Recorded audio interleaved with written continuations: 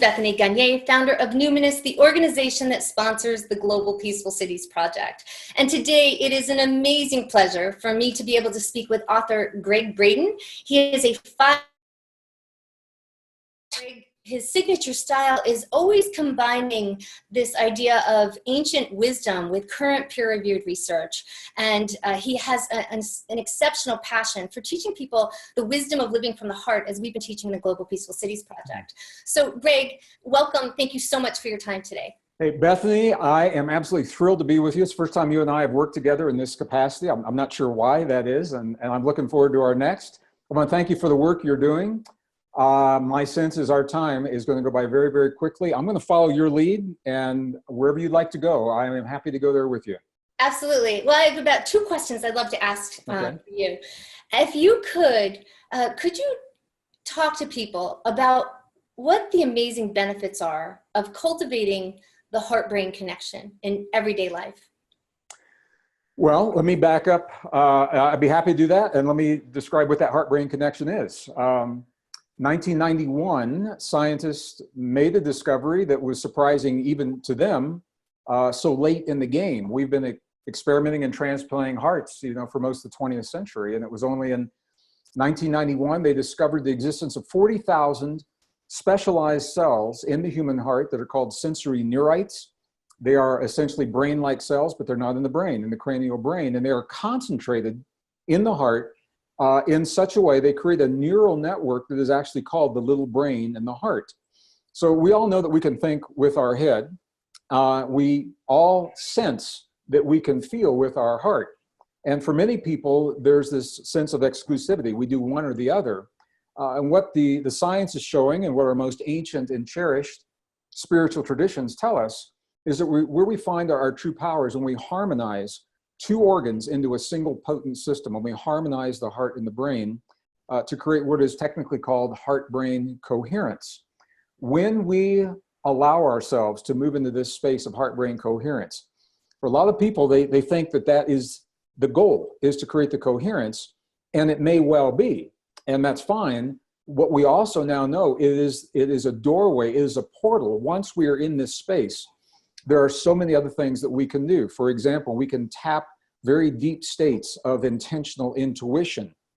We all have spontaneous intuition. It's hard to have that deep knowing when the conditions are least favorable to creating it, and that's when we need it the most. We can create intuition, deep intuition on demand. Resilience to big change in our lives, big changes in the world, and we're all seeing that change. We can all use that resilience right now. Absolutely. Just by harmonizing the heart and the brain, we trigger over 1,300 positive biochemical reactions in the body that include everything from an enhanced immune response. We can actually strengthen our immune system on demand. With my travel schedule, anybody that's looked at my website knows that my travel schedule is very extensive, and I've worked with HeartMath almost since their inception, since the year of their inception. Yeah. And I've used these techniques at least once a day since then. And I couldn't keep the travel schedule I do if I didn't.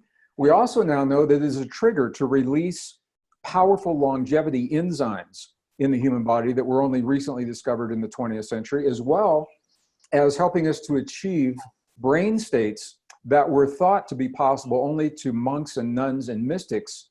The higher gamma brain states that enhance our cognitive abilities, super learning, super cognition, super recall once we do learn something. And I'm just scratching the surface. So I'm giving a sense it's more than the goal, the end of creating a heart-brain coherence. Once we create that coherence, it is the doorway to extraordinary potentials that have been believed to be relegated only to a few people who dedicate their lives to studying these things. And now we know we can do it in our living rooms without studying in a monastery on a mountaintop halfway around the world. And that's where I really acknowledge and honor the Institute of HeartMath, their dedication, their perseverance, the science, the rock solid science. Plus, they're just really, really nice people to work with. Now, I know you know that, Bethany. Yeah, absolutely. But real quick question before I get to the next one.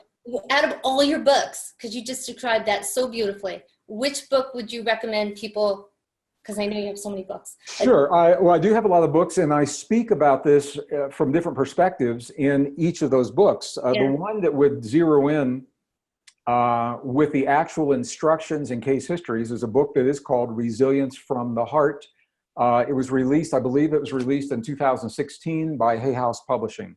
So Resilience from the Heart, and it is broken into two parts. One is personal resilience, and using these techniques to create that personal resilience in our lives.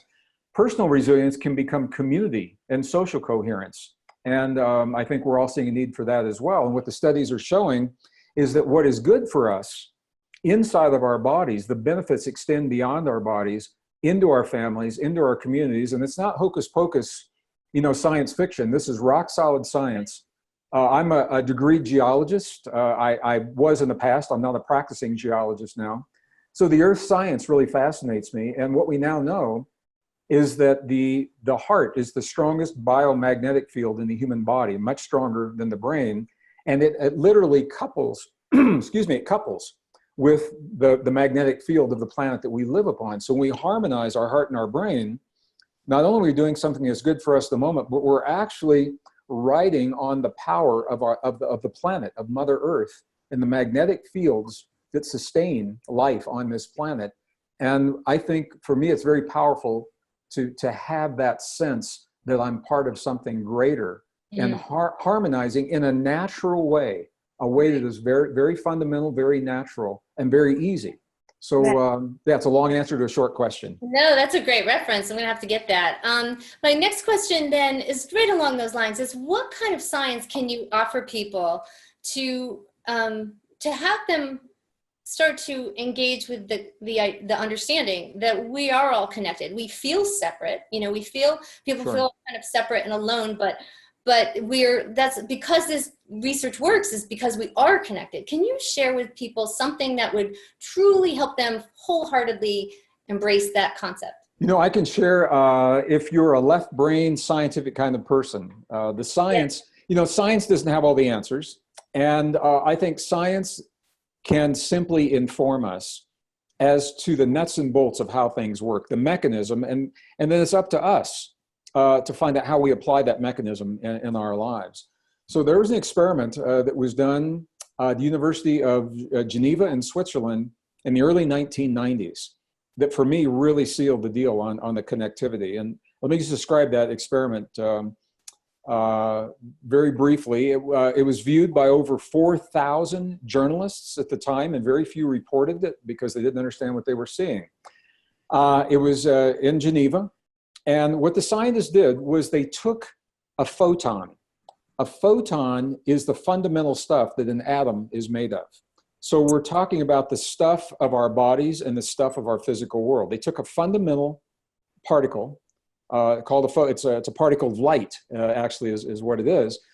And they wanted to have two particles with identical characteristics. So they took this photon and they broke it in half. So there were two identical photons that came from the same original photon. They were called twin photons. What they did was they put these photons in a specialized device, and they shot one of the photons 7 miles in a fiber optic cable in one direction, 7 miles in the fiber optic cable in the opposite direction. They're now 14 miles apart. This is where the experiment began. What they found was whatever they did to one photon, the other one acted like it was having the same experience, and there was no lag time for the information to get from one to another. They used atomic clocks to time this. It was instantaneous. So if they changed the spin on one photon, the other one immediately showed the same spin. If they forced one photon to take a certain path, the other photon took the same path mirrored on the other side. And they said, well, how can this be instantaneous? How does the information get from one place to another? And the answer is it doesn't, because it's already there. And this is where it gets really interesting. What they found is that once physical matter is connected, even when the physical matter becomes separated energetically, it remains connected. Those two photons originally were one. Once they were physically separated, energetically, they were still connected as one. Here's why that's important. We go back about 14 billion years ago. scientists say if you could take all of the matter in the universe, take out all the empty space, and bring it back down to the moment just after the Big Bang, they say that all of the physical matter would be about the size of a single green pea and really hot, about 18 billion degrees Fahrenheit. That's what they tell me. I said, how do you guys know that? And they said, well, it was hot. Okay, it was really hot, and we know that. So here's the thing. That means that in that moment, if physical matter, when it originates as a single particle, and then that matter becomes separated physically, it's still connected energetically. The entire universe, if we were to go back in time and bring the expansion back to the point where it began, was the size of a single green pea. Everything was connected. Even though the atoms are expanding and there's a lot of empty space, energetically we're still connected. So that, to me, it makes perfect sense that we would have this energetic connection, and there's a field of energy that is now acknowledged. I was just at the CERN superconducting super collider in Geneva, Switzerland a few months ago, where scientists have actually now confirmed the field that underlies this physical reality. You know, you would think it would be in, you know, headlines on, you know, all the news channels, and it makes it into very technical and very specific kinds of publications. You don't see it in the general public. So what we know is there's a field of energy that connects all things. All physical matter was once connected, even though it is separate now. Physically, energetically, it's still connected, just like those two photons. Right. And when I began to understand that, I said, you know, it makes perfect sense that we would be so connected, and it makes perfect sense that we would have access to that connection. And that's where the heart and the brain come in. Two separate organs, and both of them are important. What we as humans have the ability to do that no other form of life can do on demand, consciously, by choice, the way that we do, as far as we know, is we can sit down a moment in time and we can harmonize two separate organs into a single potent system that gives us access not only to our own energetic system, but to the energetic system that extends beyond our bodies and connects the world around us. For me, this is where our mastery comes in. It's the essence of our most ancient and cherished spiritual tradition, not the religions, but the spirituality that precedes the religions. This is the essence of what they always said to us, is that we are part of rather than separate from the world. And as we embrace that we are part of rather than separate from, and we begin to accept our place, our role of mastery in that field, it makes perfect sense to me that we would have the opportunity to influence, not control, not manipulate, right. Influence what happens to the energy in our bodies. And we see this through what are called miraculous or spontaneous healings, but also influence the world beyond our bodies. And the Heart Math is showing us this through a project they have called the Global Coherence Initiative, which is where they're training people to create coherence in their bodies, knowing that that coherence is reflected, it's fed into the field. And the results are showing up, as you are part of, Bethany, you're doing this, in large population centers. What they find is crime rates are reduced, emergency hospital room visits reduced, violent crimes against people are reduced while we are creating this coherent feeling. And the problem is, when people stop, often those statistics reverse. And this leads us to the very heart of our most cherished traditions, is that this harmony isn't something that we do in a moment in time. It's something we become in our lives. To the best of our abilities, we live this heart-brain harmony in our bodies, and it's reflected in the world around us. So I just want to follow with that thought, and now wherever you'd like to go with amazing the way you brought all that together, and you just closed it up so beautifully. Thank you so much. That's our mission here at the Peace Project, is to teach people how to embody the heart-brain connection so that we can start solving problems from the heart. And thank you so much. Your work is an amazing contribution to that. And what's your website again? My website is www.greggbraden, it's G-R-E-G-G, two G's, .com, and you can go there. You can see all the events that we're doing. All the books are out there. They're also on Amazon, Barnes & Noble, wherever books are sold. So Bethany, thank you for having me today. Thank you for the work that you're doing in the world. I want to thank all of our viewers for just taking the moment out of your time to click on that link that connected me to you and Bethany today. Thank you all so much. Thank you very much, Gregg. Have a great day. You as well. Take care. Thanks.